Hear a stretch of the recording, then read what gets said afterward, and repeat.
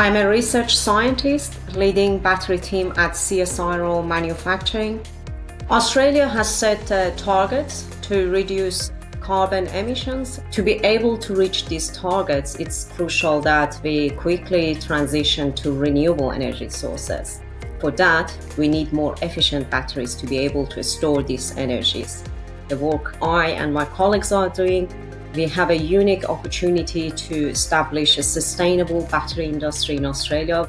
We all love our electric vehicles to have the capability to drive longer distances without needing a recharge. Or maybe our mobile phone with less frequent need for charging.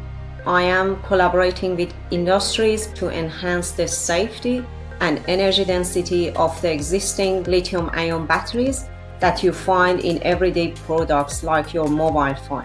I'm working with academic researchers to develop advanced materials for the next generation lithium batteries, which have the potential to store more energy and deliver high power.